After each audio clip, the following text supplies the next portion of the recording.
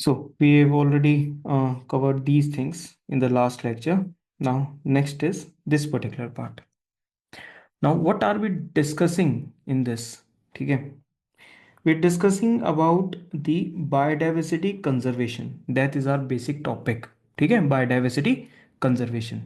We understand what is biodiversity. It is the life form, the diverse life form which is present on our earth. उसको क्या करना है हमें? Conserve करना है. बिकॉज कंजर्व क्यों करना है? बिकॉज उनके बैलेंस में ही इट इज कि लाइफ जो सर्वाइवल टिका हुआ है वो किस पे है? इन इन सभी स्पीसीज के बैलेंस पर. अगर स्पीसीज का जो नंबर्स है, स्पीसीज का जो अमाउंट है, अगर वो इम्बैलेंस हो जाता है, ठीक है, तो there will be threat to the survival. Right? Okay, यहां तक ठीक है.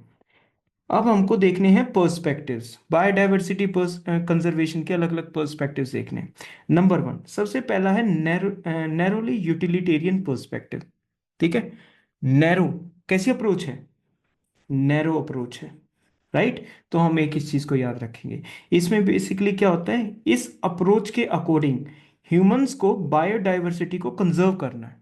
ठीक है, लेकिन वो पता है क्या क्या सोच के करेंगे कंजर्व? वो ये सोच के करेंगे कि हमें इनसे ना डायरेक्ट इकोनॉमिक बेनिफिट्स मिल रहा है हमको. किससे? नेचर से. इसलिए हम इसको क्या करेंगे? हम इनको कंजर्व करेंगे. That is the main point of this particularly perspective. होता है ये भी, दिस इज ट्रू. हम सिर्फ किसी चीज को इसलिए तो बचाते हैं कि ताकि वो हमको बेनिफिट दे सके. लाइक नेचर से हमको food, fibre, cloth, construction material, woods, है ना, रॉक्स वगैरह, ये सब चीजें, industrial products, products of medicinal importance, ये सब चीजें मिलती हैं हमें नेचर से. ठीक है, यहां तक ओके रिपोर्ट है? बताते रहना. ठीक है. अब जब हम ये पर्टिकुलर चीज देख रहे हैं कि ह्यूमंस जो हैं, they are conserving the nature because of the direct benefits from it. तो अगर इस चीज को थोड़ा सा और इलेबोरेट, मतलब थोड़ा सा और एक्सटेंड करें, तो हमारे पास एक टर्म आता है विच इज बायो प्रोस्पेक्टिंग. क्या आता है? Bio prospecting. You have to remember this word, bio prospecting. ठीक है, bio life prospect refers to the exploration of the natural resources, particularly which one? Biological organisms. यहां पर देखा ना, हमको क्या चाहिए? इकोनॉमिक बेनिफिट चाहिए. कैसे पता चलेगा किस ऑर्गेनिज्म से हमको क्या बेनिफिट मिलेगा? ये चीज पता कैसे चलेगी? है ना, आपको पता करना पड़ेगा.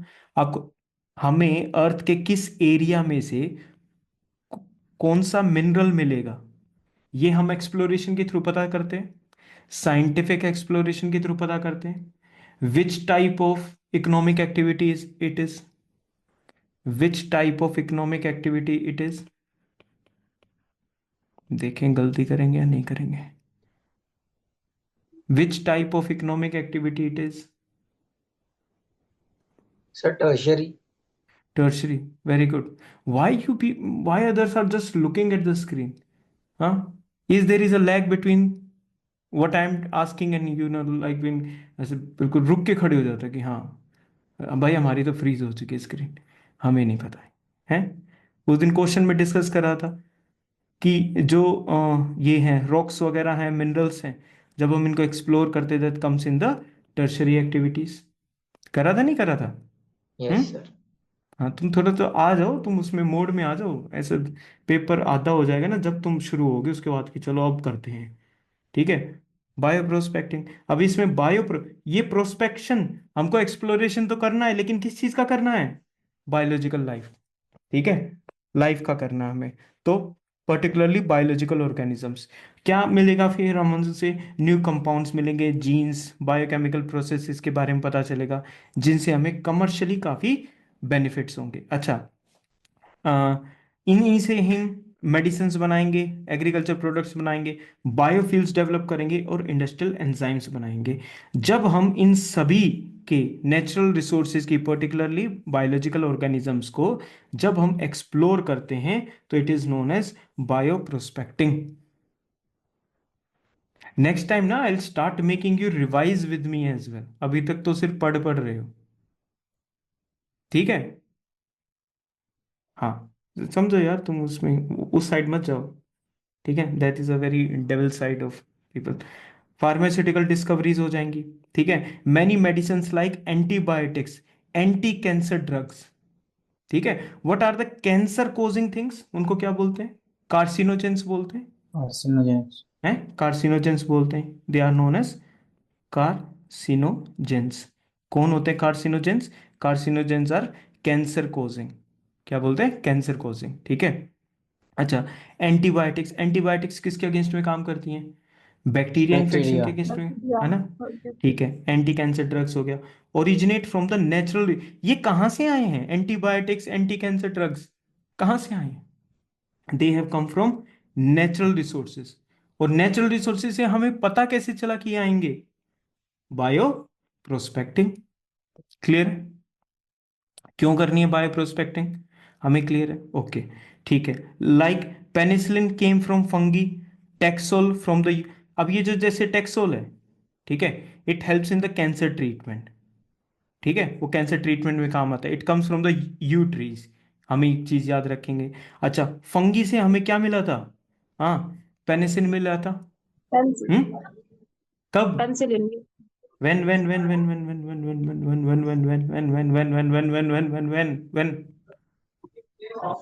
यार इसमें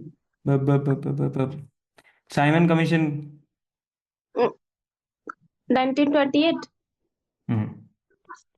1928, इधर साइमन कमीशन एंट्री लेता है, उधर पेनिसिलिन एंट्री लेती है वर्ल्ड के अंदर, ठीक सर है। Alexander Fleming. Alexander Alexander Fleming. Fleming, very good, ठीक है। जब ये चीज डिस्कवरी वगैरह के बारे लिखते हैं ना, ये चीज है ना एसए में याद करी जाती है, देखो यहाँ भी काम आ जाएंगी। जैसे ऐसे में क्या लिखा जाता है? In 1928 when Alexander Fleming and his team at the Saint Mary hospital, at the Saint Mary hospital in London, they were they found the what, they discovered penicillin from fungi, ठीक है, विच वर्क्स एज एंटीबायोटिक। तो ऐसे करके इन सब चीज़ों का use करना होता है, ठीक है। याद रह जाएगा थोड़ा बहुत। Yup, okay. सर एग्रीकल, यस, कौन? पेनिसिलिन सर एंटी बैक्टीरियल है फिर सर एंटी फंगल है। एंटीबैक्टीरियल, फंगी से बना, and it is used as antibacterial, ठीक है। Agriculture industrial uses, traditional knowledge and indigenous rights. अच्छा, traditional knowledge and indigenous rights, ठीक है, ये हमें जो भी जितने भी ऐसे वो होते हैं कि वो नॉलेज होती है जो हमारे एंसेस्टर्स के पास थी, ठीक है, फॉरेस्ट वगैरह में से चीज़ों के बारे में पता लगता है, तो मतलब जो ट्रेडिशनल नॉलेज है वो भी किसके अंडर में आएगी? बायो प्रोस्पेक्टिंग के अंदर में आएगी, ठीक है। हाँ, many bio prospecting efforts rely on indigenous knowledge. अब सब कुछ तो ऐसा नहीं कि मॉडर्न उस पर डिपेंड करेगा, कुछ चीज़ें हमें एक्सप्लोरेशन में कहाँ से पता चलेंगी? इंडिजिनस नॉलेज, जो हर कंट्री के पास अपनी खुद की होती है ट्रेडिशनल नॉलेज, ठीक है। वहाँ से हमको फिर उस जब इंडिजिनस नॉलेज को हम ट्राइबल्स के थ्रू बाहर निकालते हैं, वहाँ से कुछ कंसर्न्स भी आते हैं, जैसे biopiracy, unauthorised exploitation of biological resources, कि ठीक है हम किसी फॉरेस्ट वगैरह में चले गए, वहाँ की इंडिजिनस नॉलेज है ट्राइबल्स वगैरह के पास, ठीक है, वहाँ से हम उस नॉलेज को बाहर निकाल के उससे क्या है, कंपनीज पैसे बना रही है। This comes under what? Bio piracy. जैसे मूवीज को कॉपी नहीं कर लेते बिना परमिशन के, वैसे ही ऐसे अनऑथराइज्ड, आप बिना किसी की परमिशन के आप बायोलॉजिकल रिसोर्सेज को जब आप एक्सप्लॉइट करते हो, that is known as what? Biopiracy, ठीक है। फिर उनका फेयर शेयरिंग ऑफ बेनिफिट्स, ये बाद में आएगा हमारे पास। लीगल एंड एथिकल फ्रेमवर्क्स होते हैं, ठीक है, वो इनसे कनेक्टेड होते हैं। जैसे नगोया प्रोटोकॉल है, ये नगोया प्रोटोकॉल को याद रखना, इस वर्ड को, नगोया प्रोटोकॉल, ये किसके अंदर आता है? It comes under the convention on biological diversity, इस चीज को याद रखना, convention on biological diversity. Now it establish fair benefit sharing from genetic resources and safeguarding indigenous rights. जब हम ट्रेडिशनल नॉलेज या इंडिजिनस राइट्स का यूज करके बायोलॉजिकल रिसोर्सेज से कुछ बेनिफिट्स निकालते हैं, अब वो किसके बीच में शेयरिंग होगी उनकी, उन जेनेटिक रिसोर्सेज को कैसे यूज किया जाएगा, अच्छा उनको ये जो इंडिजिनस राइट्स हैं इनको सेफगार्ड कैसे किया जाएगा, all these things are related to which protocol? They are related to the Nagoya protocol, ठीक है। ये अलग अलग कन्वेंशंस मीटिंग्स के थ्रू अलग अलग मीटिंग्स के थ्रू बनाए गए रूल्स होते हैं।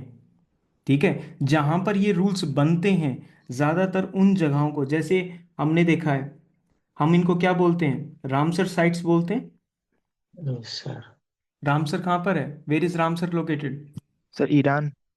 ईरान में। ईरान में सर। ठीक है, it is related with what? It is related with wetlands. Wetland. ठीक है, नगोया प्रोटोकॉल है, where is Nagoya located? It is located Japan. In Japan. Japan. ठीक है, तो ऐसे करके अलग अलग जगहों का है। ओके, ये तो हो गया हमारे लिए क्या, हमने नैरोली यूटिलिटेरियन देख लिया, बायो प्रोस्पेक्टिंग देख लिया, दो चीजें देख ली। ठीक है, उसके बाद ब्रॉडली यूटिलिटेरियन। अब ये ब्रॉडली है तो थोड़ी सी खुली सोच रखी जाएगी यहाँ पर। इसमें क्या होता है कि बायोडाइवर्सिटी ना, it plays a major role in many ecosystem services that nature provides. कि जो बायोडाइवर्सिटी है ना, it plays a major role, वो सिर्फ इकोनॉमिक बेनिफिट्स के लिए नहीं बनी है। It is not present just for the economic benefits, it is more than that, वो उससे भी कहीं क्या है, ज्यादा है। That is what broadly utilitarian. ठीक है, like Amazon forest provides 20% of the total oxygen in the earth's atmosphere. तो हम क्या इस ऑक्सीजन के ऊपर क्या हम कोई भी प्राइस टैग लगा सकते हैं किसी भी टाइप का? क्या हम इसके ऊपर कोई नो प्राइस सर। टैग लगा सकते हैं? तो ये कैसा हुआ, कैसा इसका पर्सपेक्टिव हुआ, broad perspective. We are talking beyond economy and money. जैसे पोलिनेशन, पोलिनेटर्स, क्या इनके ऊपर प्राइस टैग लग सकता है कि भाई इनकी नो कोई सर। इकोनॉमिक वैल्यू हम निकाल सकते हैं? नहीं, हम इनकी इकोनॉमिक नो वैल्यू, सर। बीज हैं, बम्बल बीज हैं, बर्ड्स हैं, बैट, दे आर पोलिनेटर्स, ये प्रेजेंट नहीं होंगे तो फूड नहीं हो सकता। ठीक है, फ्लावर, कोई भी बायोडाइवर्सिटी वगैरह कुछ भी नहीं होगी, everything will stop regarding everything related to these things. Getting my point? So this is a broadly utilitarian perspective. Third one is ethical argument. Ethical argument क्यों, क्या कहता है? What we owe to the millions of plants, animals and the microbe species. हमारा हक क्या बनता है, हमारी जिम्मेदारी, हमारी मोरल ड्यूटी क्या बनती है?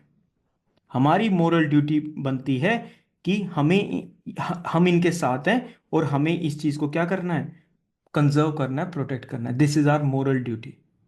ठीक है, तो इसको हम क्या बोल देंगे, एथिकल आर्ग्यूमेंट। हर स्पीसीज की अपनी एक इंट्रिंसिक वैल्यू है। इंट्रिंसिक वैल्यू होती है ना, हाँ, एक तरफ गोल्ड है, ठीक है, और एक तरफ you have a 100 rupee note.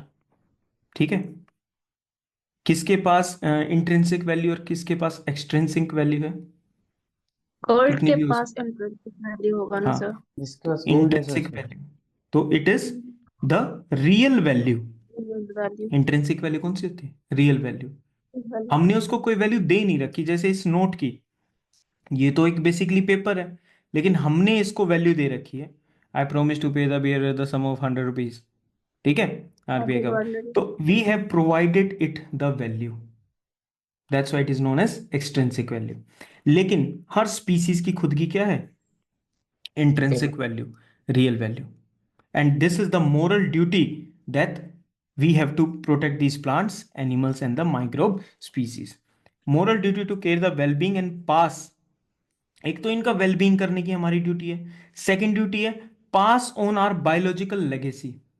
हमारी जो धरोहर है, पूरी की पूरी संपत्ति है, ये सारी की सारी हमको एक किसको पास ऑन करनी है, the next generation, the future generations. This is our second moral duty. And when we understand this perspective, we come with what? Which concept? We come with which concept? Sustainable development. Sustainable development. Very good. ठीक है sir, ऐसे कि ये मतलब sir लग नहीं रहा है प्रीलिम्स में आएगा, सही लग रहा है तो ठीक है। ये वे ऑफ थिंकिंग कि we have a ethical perspective on conserving biodiversity, we have a moral duty, number one, number two, from there sustainable development comes out of it. ठीक है, ये आइडियाज़ हैं, तुम्हें पता है ये कहाँ यूज़ होने वाले हैं, है ना, तो वहाँ के लिए इनको बचाओ। वापस थोड़ी ना आएंगे इस एक चीज के लिए। ओके, अब बात करते हैं। अब हमने डिसाइड कर लिया, आप चाहे नैरो पर्सपेक्टिव यूज कर लो, ब्रॉड पर्सपेक्टिव यूज कर लो, या आप बहुत ही ज्यादा मोरल इंसान हो, वैल्यू ओरिएंटेड पर्सन हो, आप चाहे कुछ भी यूज कर लो, लेकिन तीनों की बात तो एक ही है ना। क्या है वो बात? That we have to do what, we have to जरूर sir. Conserve the Control. Biodiversity. By okay, report है यहाँ तक? यस समझ सर। में आ रहा है? अपने को कोई डाउट नहीं है ना यहाँ तक? आराम से चलने का, नो ठीक है? सर। हाँ, देख मिनट के टेस्ट को ट्यूटी। हाँ, समझे तुम इसको, चिल रहने का। सबसे पहला, अब बायोडाइवर्सिटी को कंजर्व करना है। एक कंजर्वेशन का तरीका है कि जहां पर वो बायोडाइवर्सिटी है, जहां पर वो है, उसको वहीं कंजर्व कर लो, ठीक है? दूसरा, हम उसको कहीं और ले जाकर कंजर्व करें। या तो हम वहीं करेंगे या कहीं और ले जाकर करेंगे। जब हम उसी जगह पर करेंगे, that is known as in situ conservation. Correct है? ठीक है। और जब हम कहीं और ले जाकर करेंगे, that is known as ex situ, away. In situ there only, ex situ away हो जाएगा। ठीक है, ओके, रिपोर्ट है। अब इन सीतु कंजर्वेशन करनी है जहां पर जो स्पीसीज प्रेजेंट है, whether it is the plants, trees, these any we have the animals और whatever the thing that we have, ठीक है, उनको उसी जगह पर कंजर्व करना, that is in situ conservation. Clear हो गया हमें? In situ conserve, protection and preservation of species in their natural habitat. उनको कहीं लेकर नहीं गए, कहां पर है वो अभी? अपने नेचुरल हैबिटेट में। natural habitat में. ठीक है, ध्यान लगाइए, बिल्कुल चीजों में एक एक जो सामने चल रहा है ना उसको याद भी करते हैं। This method ensures ecosystems remain intact. Okay, proper रह जाएगा, बाद में कभी आएंगे। ठीक है, पहली क्या है? Biosphere reserves. पहला कौन सा है? Biosphere reserves. इसमें क्या होता है? Biosphere reserves are large protected areas that balance conservation with sustainable use. कि हमारा जो एरिया है उसके अंदर हम उसको अच्छे से यूज भी कर सकें, ठीक है, और उसको कंजर्व भी कर सकें। ऐसे इस पर्टिकुलर जो मेथड है, हम उसको क्या बोलते हैं? हम उसको डिक्लेयर करते हैं बायोस्फीयर रिजर्व्स। ठीक है, हम उसको क्या डिक्लेयर करते हैं? Biosphere reserves. ठीक है, for example the Nilgiri biosphere reserve. कौन सा है? Nilgiri biosphere reserve south India में लोकेटेड है। Yes, sir. कौन कौन Yes, से sir. स्टेट्स में? It is located in the states of Tamil Nadu, Karnataka, Kerala and Kerala, Tamil Nadu. Tamil Nadu, Tamil Nadu, Karnataka and Kerala. Kerala. इन तीन स्टेट्स में क्या है? Right, right. लोकेटेड है। ओके, रिपोर्ट है यहाँ तक? ठीक है, याद रह जाएगा। सर ठीक है, तो तीनों के बीच में लोकेटेड है, फाइन। अब ये बायोस्फीयर रिजर्व जो होते हैं ना, ये बहुत बड़े, these are large protected areas, these are large protected areas, और इतने बड़े होते हैं कि एक दूसरे टाइप का in situ conservation which is known as the national parks, वो इनके अंदर भी आ सकते हैं। आ सकते नहीं आ सकते? ठीक है, अब ये पूरा का पूरा जो है ये क्या हो गया? ये तो नीलगिरी हो गया। ये क्या हो गया? Nilgiri biosphere reserve.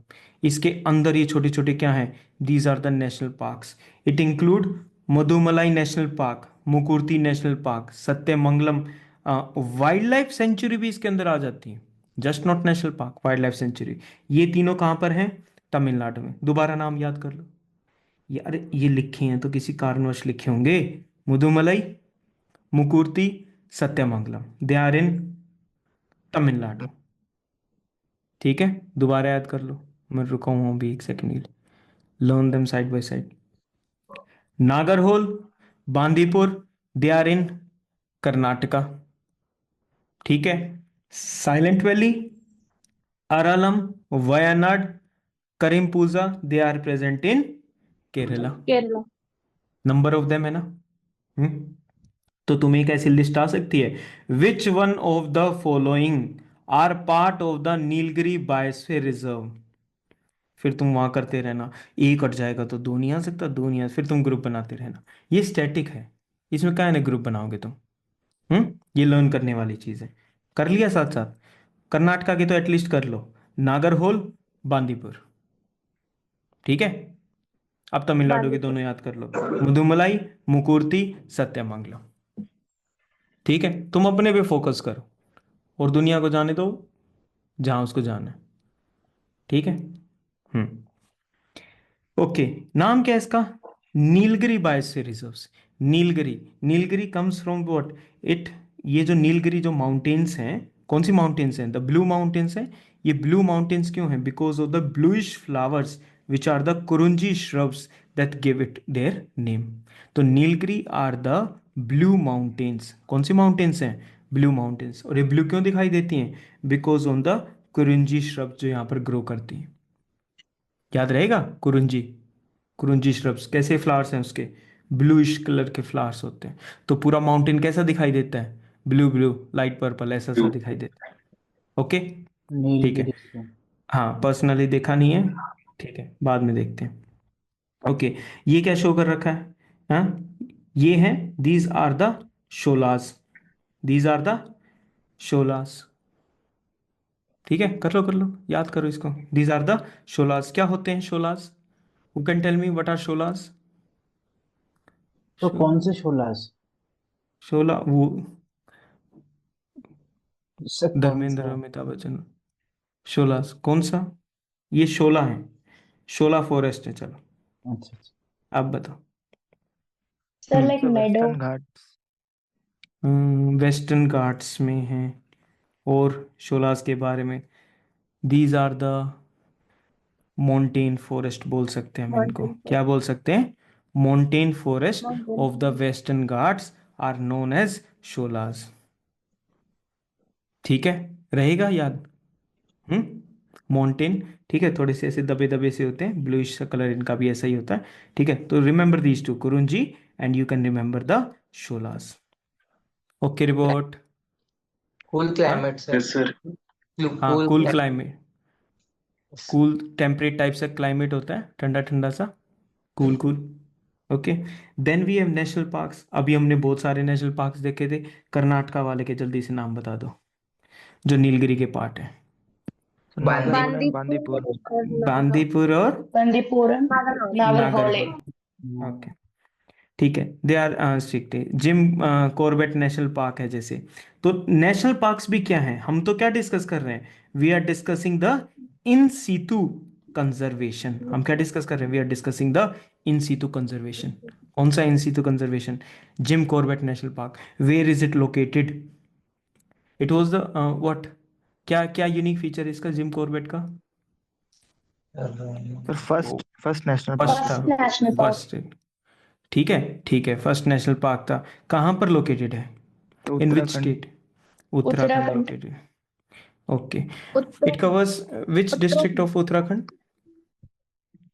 नानी तेरी मोरनी कमोर ले गई। जल्दी था, कौन सा? नैनीताल। नैनीताल। ठीक है, कौन सा है? It covers the district of Nainital. चलो आगे चलते हैं। वाइल्ड लाइफ सेंचुरीज, ये हमने देख लिया। गिर वाइल्ड लाइफ सेंचुरी, ये तो पता ही है, हाँ? गुजरात। हाँ, हाँ गुजरात। आज, ठीक है। Then we have forest sacred groves. ठीक है, then we have sacred groves. अब देखो, सेक्रेड जो वर्ड है ना, ये थोड़ा सा it is having religious connotation, थोड़ा सा रिलीजियस भी है। इसको लोग क्या करते हैं? पूजते हैं। They are worshipped, they are worshipped. अब चाहे कुछ भी कर रहे हो, हैं तो प्रोटेक्टेड ही ना, हैं क्या? प्रोटेक्टेड। तो हमारा ज्यादा फोकस, अब देखो, सेक्रेड ग्रूव्स हैं, तो ये ट्राइबल्स वगैरह जो लोकल पीपल होंगे उससे रिलेटेड होंगे। दूसरा, ये किससे रिलेटेड है? कंजर्वेशन से रिलेटेड है, तो हमारे लिए इंपॉर्टेंट होगा ना यूपीसी पर्सपेक्टिव से। तो हम इसको थोड़ा सा ध्यान से देखेंगे। Forest patches conserved by the local communities due to religious और cultural beliefs। ठीक है, जैसे खासी जैंतिया इन द मेघालय। ठीक है, तो इनको क्या बोलते हैं? Sacred groves. एक लास्ट और देख लेते हैं, बायोडाइवर्सिटी हॉटस्पॉट्स। ये क्या है? हॉटस्पॉट्स है। इट मींस इन एरियाज में बहुत ज्यादा, मतलब लाइक बहुत बहुत बहुत ज्यादा क्या करा जा रहा है? कंजर्वेशन है किसकी? बायोडाइवर्सिटी की। ठीक है, बायोडाइवर्सिटी का नंबर बहुत ज्यादा प्रेजेंट है। Regions with high biodiversity that receive special conservation efforts. अब इतनी ज्यादा बायोडाइवर्सिटी है तो स्पेशल कंजर्व करना पड़ेगा, ठीक है। Like the Western Ghats, Sundaland, these are the different different areas. इन एरियाज को मैप में बाद में स्टडी करेंगे। आ जाओ इसको ही आगे कंटिन्यू करते हैं, किसको, बायोडाइवर्सिटी हॉटस्पॉट्स को। अब तुमने सारे के सारे क्या देखे हैं, पहले एक बार ये बता दो। These are the In situ in situ National parks. Conservation. conservation. भाई मेरी बात समझो, तुम सुनो मेरी बात समझो। तुम है ना अभी जैसे इस क्लास में स्टडी कर रहे हो ना, तुम मतलब इतना मतलब फोकस होके करो ना, तुम्हारा ऐसा ये होना चाहिए कि ठीक है ये भी फिट हो गया माइंड में, ये भी फिट हो गया, ये भी फिट हो गया, ये भी फिट हो गया, ठीक है। नहीं तो ये जो मैं बार बार रिपीट करता रहता ना, पूछता रहता हूँ, इसका पर्पस खत्म हो जाएगा और कुछ भी नहीं, ठीक है। तो तुम ऐसा तो और फोकस करो, ठीक है। जैसे तुम सोचो कि जैसे ये चैप्टर खत्म होगा तुमसे क्वेश्चन पूछेंगे, नहीं बताया तो सीधा, ठीक है, तुम्हें गोली मार दी जाएगी। ऐसा सब कुछ दिमाग में रखो कि ठीक है, ध्यान रखना पूरा का पूरा। अब बायोडाइवर्सिटी हॉटस्पॉट्स के बारे में करते हैं। बायोडाइवर्सिटी हॉटस्पॉट्स तुमने देख लिया, they have exceptionally high species diversity and large number of endemic species. कौन सी स्पीसीज, एंडेमिक स्पीसीज। एंडेमिक वो स्पीसीज होती हैं जो कहीं और नहीं मिलती, स्पीसीज फाउंड नोवेयर एल्स। उन स्पीसीज को क्या बोलते हैं, एंडेमिक स्पीसीज। नेटिव स्पीसीज होती है जो उनका घर होता है, क्या ये कहीं और भी मिल सकती हैं, यस No. मिल सकती है। नहीं, अब कांग्रेस जो ग्रास है, कांग्रेस जो ग्रास है ये नेटिव कहीं की है, अमेरिका की है एक नेटिव, ठीक है। लेकिन यहां पर ये नेचुरलाइज्ड हो चुकी है इंडिया में। अब इसको मजा आ गया कि यहीं ग्रो करेंगे रोडों के साइड में, ठीक है। तो ये इसका एक पर्टिकुलर चीज होगी। एंडेमिक कौन सी होगी, जो सिर्फ एक ही जगह मिलेगी और दूसरी जगह नहीं मिलेगी, but are also highly threatened by human activities. तो बायोडाइवर्सिटी हॉटस्पॉट्स में दो चीजें होंगी, एक वो स्पीसीज होंगी जो बहुत मतलब जो क्या होंगी, एंडेमिक होंगी, एंडेमिक कहीं और नहीं मिलेंगी। तो अगर यहां खत्म हो गई तो मामला क्लियर, ठीक है, फिर आपको कहीं नहीं मिलेगी, फाइन। दूसरा क्या है, they are highly threatened by human activity. ये दो चीजें, थ्रेट एंड एंडेमिज्म, ये डिफाइन करते हैं किस चीज को, बायोडाइवर्सिटी हॉटस्पॉट्स को। तो अगर किसी है ना एग्जामिनर ने आसान क्वेश्चन दे दिया, ठीक है, कि बायोडाइवर्सिटी हॉटस्पॉट में कौन कौन सी वो होती हैं, हाँ, कैटेगरीज होती हैं, वहां पर ना वो अच्छी अच्छी बातें लिख देगा और तुम पता है क्या कहोगे, अरे ये तो पॉजिटिव है, ये तो जनरलाइज्ड है, ये तो होना ही होना चाहिए। तुम ये भूल जाओगे कि बायोडाइवर्सिटी हॉटस्पॉट एक टर्म है, एक कॉन्सेप्ट है, जो सिर्फ और सिर्फ एंडेमिज्म से और थ्रेट से रिलेटेड का है।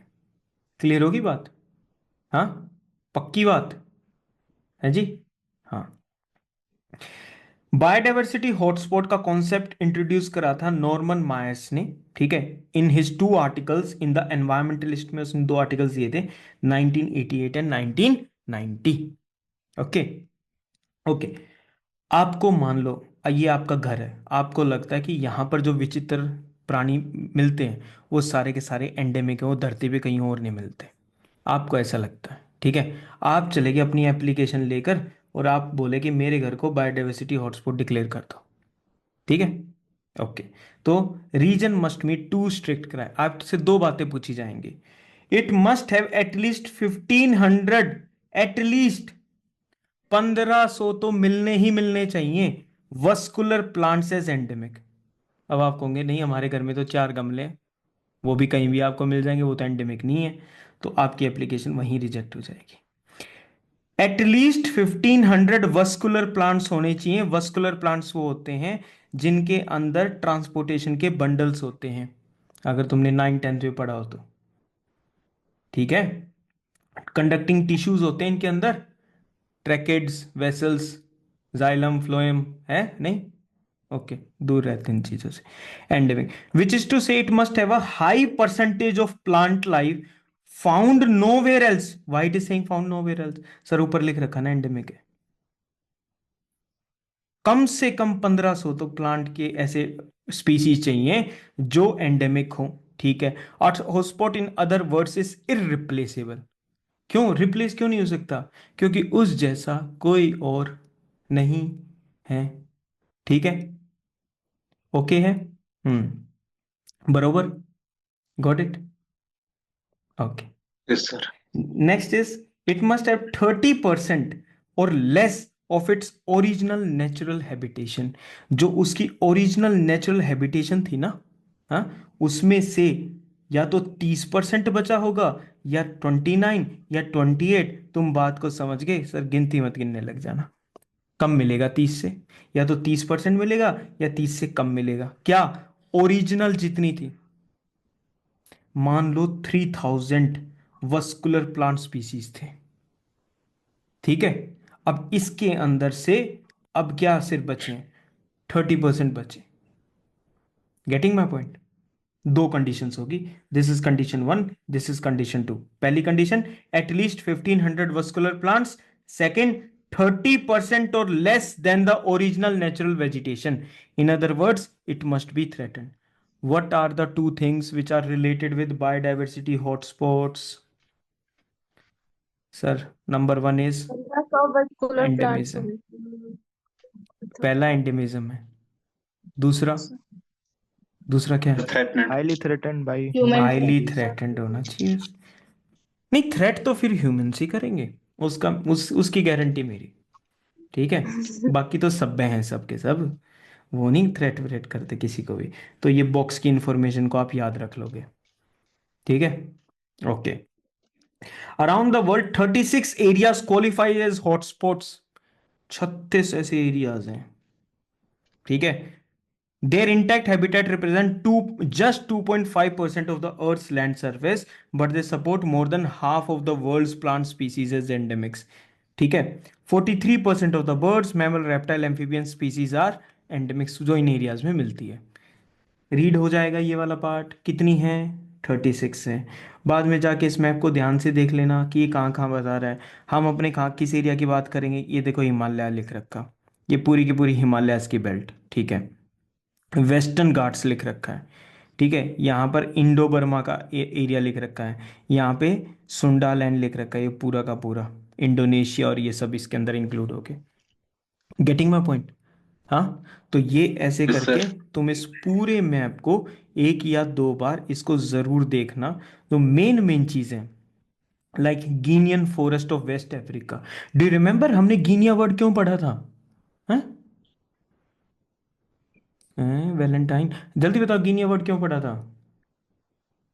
अरे मेरे वैलेंटाइन के कैरेक्टर्स आंसर भी नहीं दे रहे हैं। अरे गिनिया वर्ड, गिनिया कंट्री क्यों पढ़ी थी? सर वो तो वो Mega हाँ सर, diverse. हाँ अरे सर, वो 3 आइवरी लाइन कोस्ट खींचे को थे Sir, सर, समझ लो। lake, sir, वो सर 3 लाइन खींचे थे सर। हाँ हाँ, हम्म। 3 लाइन हाँ खींचे थे वहाँ पर। हाँ हाँ, मैं देख रहा हूँ, लाइन तो खींची जा चुकी है। इस रेखा को लांगो सीते और आंसर बताओ मुझे क्या होगा। हम्म।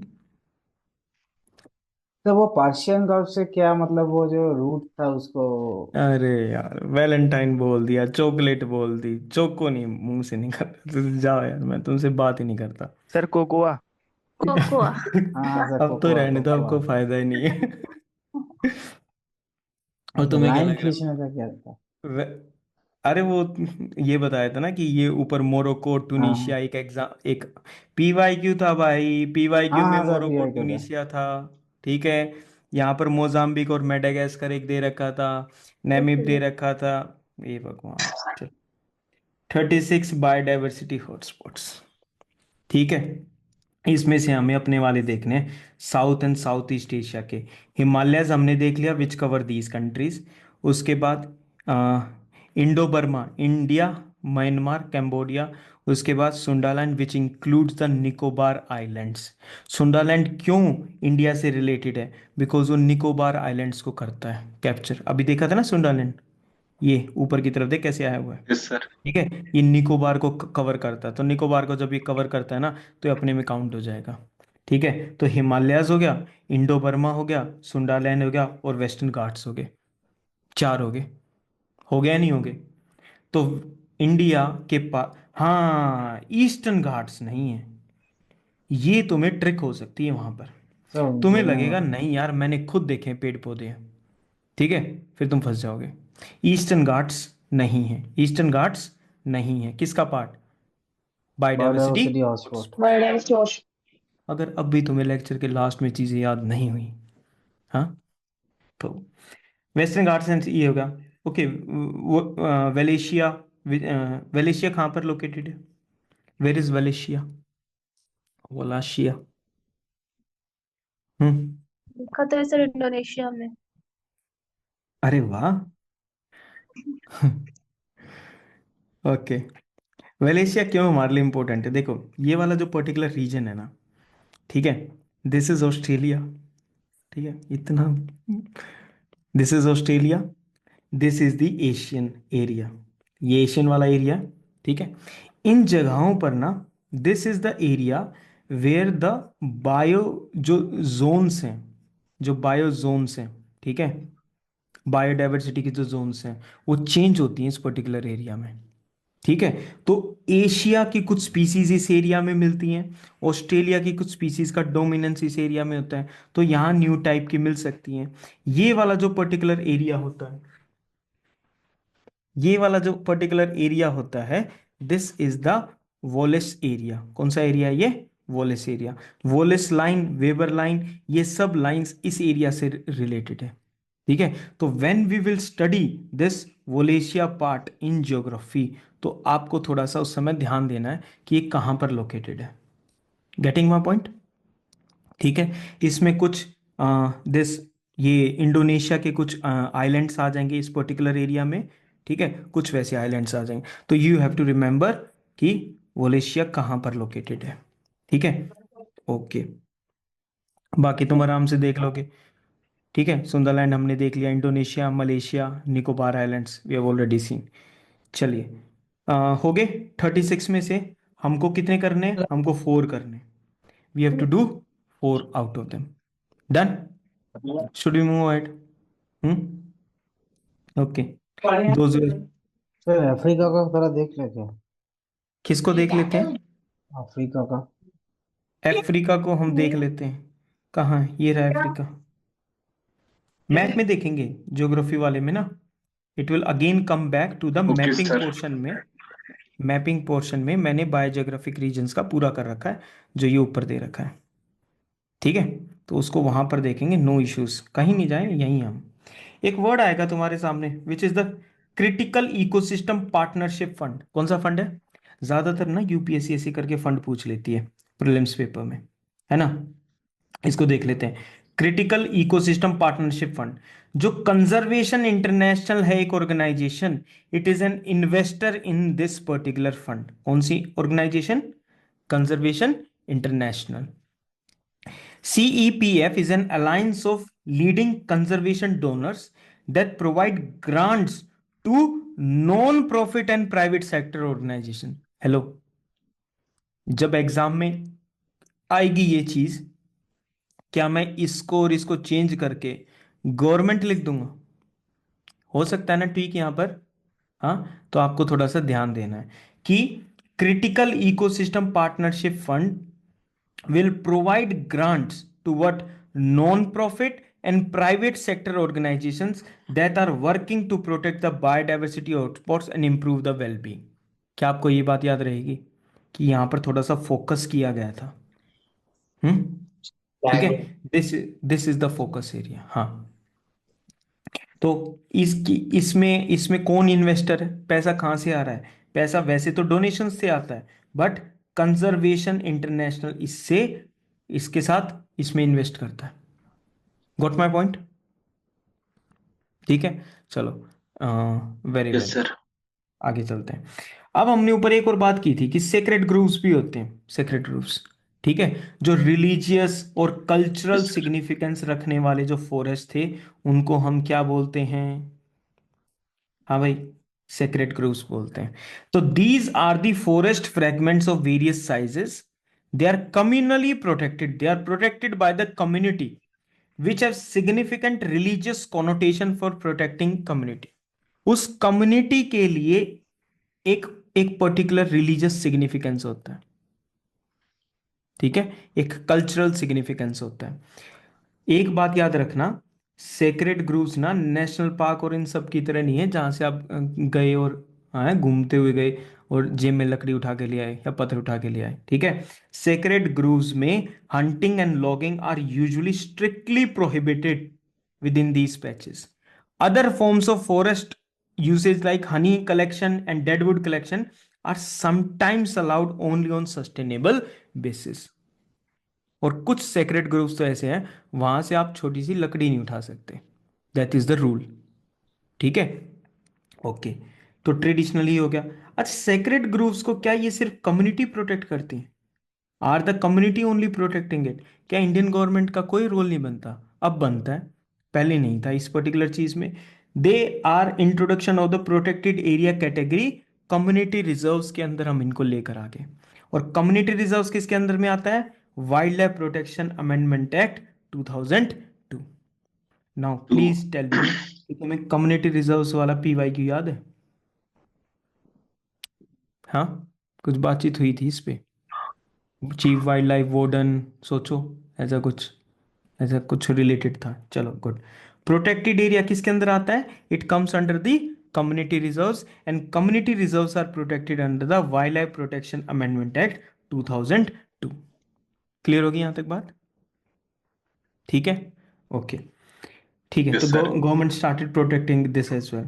अच्छा, 14,000 सेक्रेट ग्रुव्स हैं, अलग अलग लिस्ट के अकॉर्डिंग ना you will find different different numbers. तो इस पे ना ऐसा मतलब कोई डिबेट मत करने लग जाना कि इतने हैं उतने हैं, ठीक है।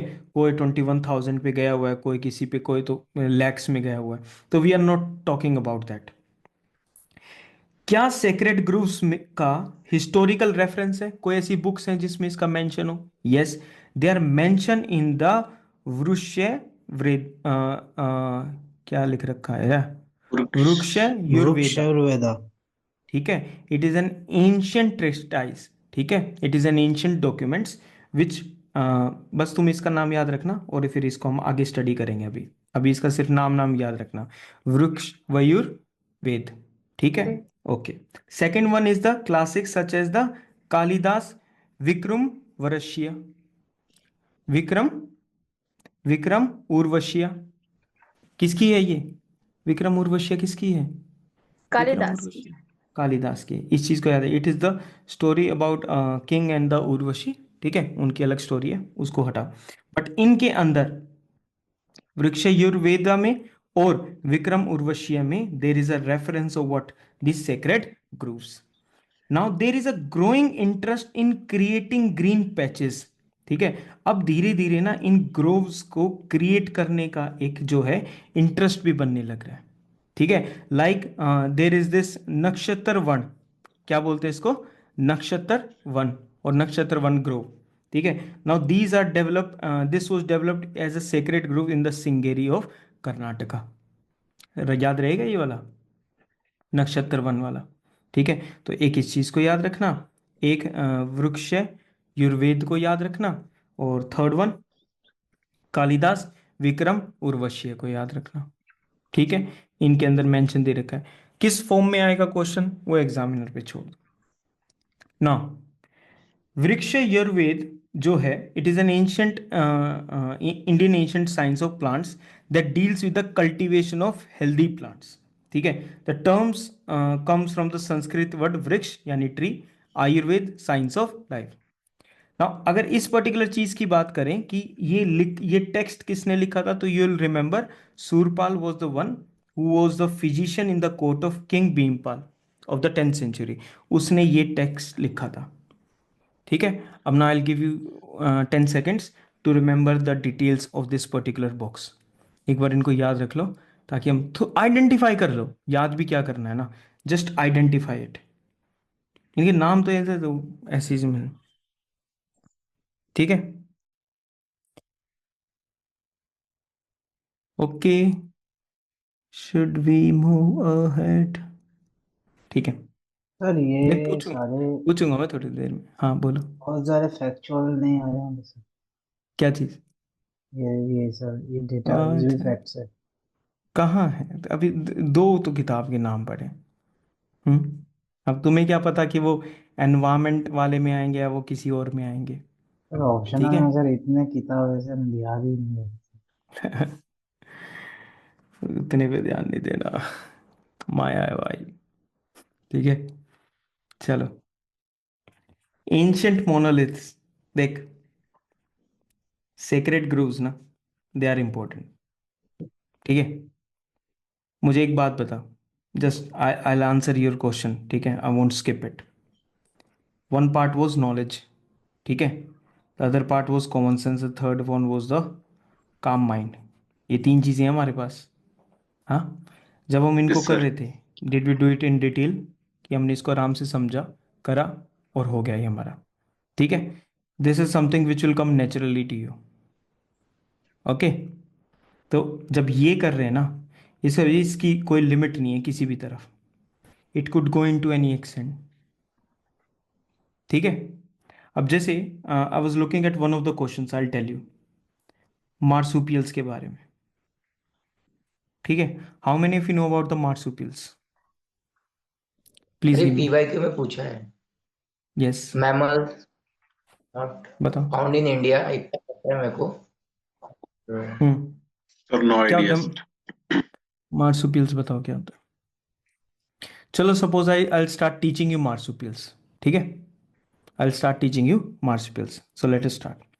Marsupials are those mammals basically, ठीक है, दोज मैमल्स जिनका जो यंग वंस होंगे ना, जो यंग वंस होंगे वो अंडर डेवलप्ड पैदा होंगे। They will be born underdeveloped. फिर अंडर डेवलप्ड अगर वो हुए तो मदर को तो उनकी एक्स्ट्रा केयर करनी पड़ेगी, है ना, वो तो उनको कहीं पर, हाँ बिल्कुल। तो वी हैव द कंगारू। ठीक है, कंगारू जो मदर है वो अपनी एब्डोमेन पर अपने जो उसका कंगारू बेबी है उसको कैरी करती है फॉर फ्यू मोर मंथ्स।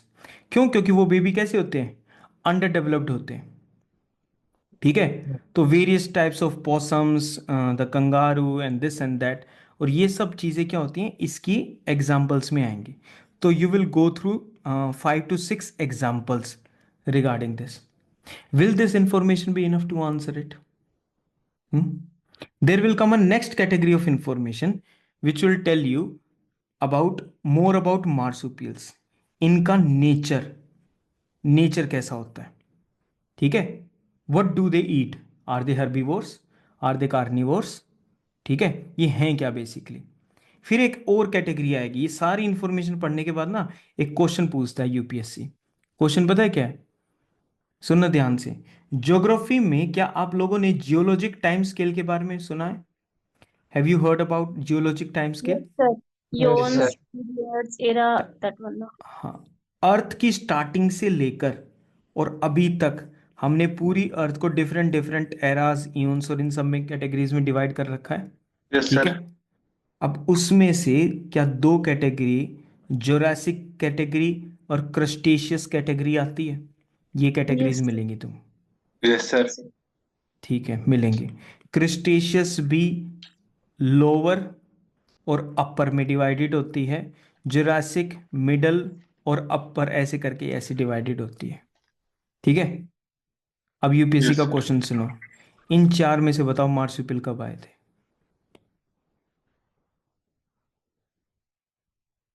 है ना, ये नहीं पता। है ना। अब मैं नहीं, मतलब मैं वैसे पूछ रहा हूँ, बट नहीं, तुम समझे नहीं बात को।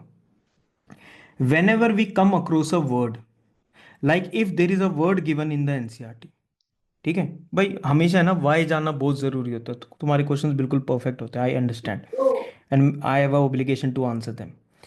एनसीईआरटी में अगर कोई वर्ड मेंशन है, suppose they have mentioned sacred groves और दे हैव मेंशनड मार्supials, now they have full authority to ask on these two. ठीक है, एनसीईआरटी के अंदर सिर्फ डेट्रीवोर्स में, डिकम्पोजर्स में अर्थवॉर्म मेंशन था, लेकिन तुम्हें पता है क्वेश्चन कैसा था ना, उसने मिलीपीड पता नहीं क्या क्या पूछ लिया उस पर्टिकुलर में। ठीक है, तो it has no limits. Search करने के बाद जो जो चीज़ें सबसे इंपॉर्टेंट लगती हैं, अब देखो कई बार तो ऐसा भी होता है कि सर्च करने के बाद when I am writing them down, ठीक है, I am not creating a book ना, I am writing them for the actual benefit कि आप प्रीलिम्स में बैठे हो और उससे क्वेश्चन सोल्व होना चाहिए। हमने कॉमन सेंस पे बात कर ली, अब हम नॉलेज पे बात कर रहे हैं और ये ज़रूरी है। सेक्रेट ग्रूव्स देख लिया किस कैटेगरी में आ सकते हैं, ये हो गया इजी क्वेश्चन। ये तो इजी मानते हो ये वाला तो, ठीक है। एक स्टेप आगे आ जाओ, जब इसको सेक्रेट ग्रूव्स को स्टडी करते हो तो स्टार्टिंग के ही नॉलेज में ये तीनों नाम मिलते हैं हमको, ठीक है। तो रिमेंबर नक्षत्र वन, ठीक है, आपको इसी वाला भी आ सकता है, ये आपने पढ़ लिया, ये बस द बॉक्स में डाल रखा है, साइडलाइन इंफॉर्मेशन है, आराम से कर लेना। Now there are ancient monoliths. What are monoliths? What are monoliths? I don't care about the length of the session or the video. No, not for a single second. ठीक है, paper का question complete होना चाहिए। Sir लिथ्स मतलब हो गए sir पत्थर। Yes, sir stone. Mono मतलब सिंगल, ठीक है। तो सिंगल सिंगल ना ऐसे करके स्टोन्स वगैरह ये सब प्रेजेंट होते हैं, ठीक है। They are present in the Mawphlang sacred groups. कौन सी जगह पे? Mawphlang sacred groups. नाउ सभी सेक्रेड ग्रुप्स के अंदर, सभी सेक्रेड ग्रुप्स के अंदर Mawphlang sacred groups are more important. ये नाम याद रह जाएगा, हाँ। This is the degree of information. Okay, Mawphlang sacred groves they are located in the East Khasi Hills of Meghalaya. तो अगर आपके पास ये क्वेश्चन आता है where are these groves located, और आपके सामने 4 नॉर्थ ईस्टर्न स्टेट्स के नाम आते हैं, तो कैन यू आइडेंटिफाई ये कहां पर लोकेटेड है? मेघालय। अगर ये आ गया तो आप इसको आराम से सोल्व कर लोगे। They are protected by the Khasi tribes. ये दूसरी चीज हो सकती है, इसको गारो प्रोटेक्ट करते, खासी प्रोटेक्ट करते, जैंतिया प्रोटेक्ट करते, नन ऑफ देम। फिर ये कोई नागालैंड त्रिपुरा कोई और आ जाएगा ट्राइब, उसका नाम आ जाएगा। Now we have to understand that Moplang is a home to the most celebrated of all the Lo Kayangtang or the ancient sacred groves of Meghalaya. The ancient sacred groves of Meghalaya are known as the Lo Kayangtang या किंगटैंग, जो भी इसका pronunciation है। Nothing यहाँ pronunciation का कुछ नहीं, identification का खेल चल रहा है सारा। ये वर्ड याद रह जाएगा, Law Kyntang ancient sacred groups of Meghalaya. 2-3 बार आंखें ऐसे से बंद कर रहे हैं तो मतलब चल क्या रहा है? Yes sir. Visitors are not allowed to take anything away from this hallowed forest, not even a pebble और a twig. First degree information, second degree information, third degree information. और तुम जानते हो थर्ड डिग्री कितना strong होता है? नहीं, तुम कैसे जानते हो? तुमने तो ना जेल रखा है, तो सुन सुन तो रखा होगा ना, है सीआईडी वगैरह कुछ इधर क्राइम पेट्रोल वगैरह। हाँ तो ठीक है, ऐसे करके इनको याद रखना है। This is one of the areas of मोंगटैंग मोफलैंग सेक्रेट ग्रुप्स। ठीक है, हो गया, चलें आगे। सर कौन सा क्या है सर, कौन सा कैंग था, कौन सा मोंग पैंग ऐसा हैं कुछ? हैं हैं हैं हैं हैं। कौन एक सा सेकेंड, मोंग पैंग? एक सेकेंड। मेघालय के एंशंट सेक्रेड ग्रूव्स को, एंशंट सेक्रेड ग्रूव्स को लो किंगटैंग बोलते हैं। वो लोग अपनी भाषा में क्या बोलते हैं? लो किंगटैंग। इन लो किंगटैंग में जो सबसे इंपॉर्टेंट जो है वो है Mawphlang sacred grove. Are you getting it? हाँ प्रोसेस हो रहा है, प्रोसेस हो रहा है। हाँ, कर प्रोसेस करो, मैं तो कुछ कह ही नहीं रहा, मैं तो कुछ कह ही नहीं रहा। यानी इसका हाँ, the living root bridges, the चलो living root bridges are seen in which of the following northeastern states of India? Meghalaya. Sir Meghalaya. Meghalaya में ही तो अगर वो लिविंग रूट ब्रिजेस पूछ सकते हैं ना, आई डू कंसिडर दैट कि वो ये भी पूछ सकते हैं। अगर वो इसको पूछने की हिम्मत रख सकते हैं तो वो इसकी पूछने की हिम्मत रख सकते हैं। तो Mawphlang sacred grove is one of the locking time, is one of sir the locking time. Sir Mawphlang law हमारे भाषा में या उनकी भाषा में? नॉर्मल इंग्लिश में है यार। अच्छा अच्छा, लॉ कैंग थे उन, वो बोल रहे हो? हाँ, वो एंशंट, वहां के एंशंट सेक्रेड ग्रूव्स को ना लॉ किंग टैंग बोलते हैं। ठीक है, ओके, आराम से प्रोसेस करो, भाग क्यों रहे हो यार तुम? हैं, चिल, रिलैक्स, ओके, रिलैक्स, कहीं नहीं जाना। दियोदर देववन, ये तो नाम से ही हिमाचल प्रदेश लग रहा है तुम्हें। दियोदर के ट्रीज, देववन, देवभूमि, हिमाचल प्रदेश, ऐसा करके कुछ तुम याद कर सकते हो, ठीक है। Among the largest sacred groves of India are the ones, largest में से कौन सी है? Hariyali, it is in the Chamoli district of Uttarakhand, ठीक है। दिस इज वन थिंग, तो you can remember this as well. Some of the more famous groves are the kavus of Kerala, ठीक है, kavus of Kerala which are located in the Western Ghats and have enormous biodiversity. यहां तक है तुम्हारी सबसे important information. This is what you are required to have and this is it depends upon you whether you want to have it or not. Getting my point? Yes sir. यहाँ तक okay है? चीजों को आराम से याद करते Yes, रहो, sir. There is no rush with the things. तो दियोदर देवन is one of the sacred groves located in the state of Himachal Pradesh. Hariyali में, चमोली डिस्ट्रिक्ट ऑफ उत्तराखंड में, ये भी एक सेक्रेड ग्रोव है, ठीक है। कवूज कहाँ के हैं? कवूज आर केरला, और मोफलैंग कहाँ का है? मेघालय का। ये याद नहीं हुआ तुमको? हो गया, चलो गुड, बच गए। बाकियों को रीड कर लेना। लाइक उमंगलई, मेरे लिए ये इंपॉर्टेंट है। Umanglai, it is found in Manipur. Umanglai is found in Manipur. उमंग है ना, उमंग तुम्हारे मन में है पैसे की, मनी मनी मनी, मणिपुर, ऐसे करके इसको याद रख लो। उमंगलई वैसे बेसिकली मीन्स फॉरेस्ट डेटीज, ठीक है। वैसे कुछ लिस्ट में तुम्हें दिया मिलेगा कि Maharashtra is the highest number of sacred groves, ठीक है, followed by Kerala and then we have Karnataka as well. तो सबके अलग अलग देख रखे हैं, जस्ट एक दो बार रीड करोगे you will be able to identify.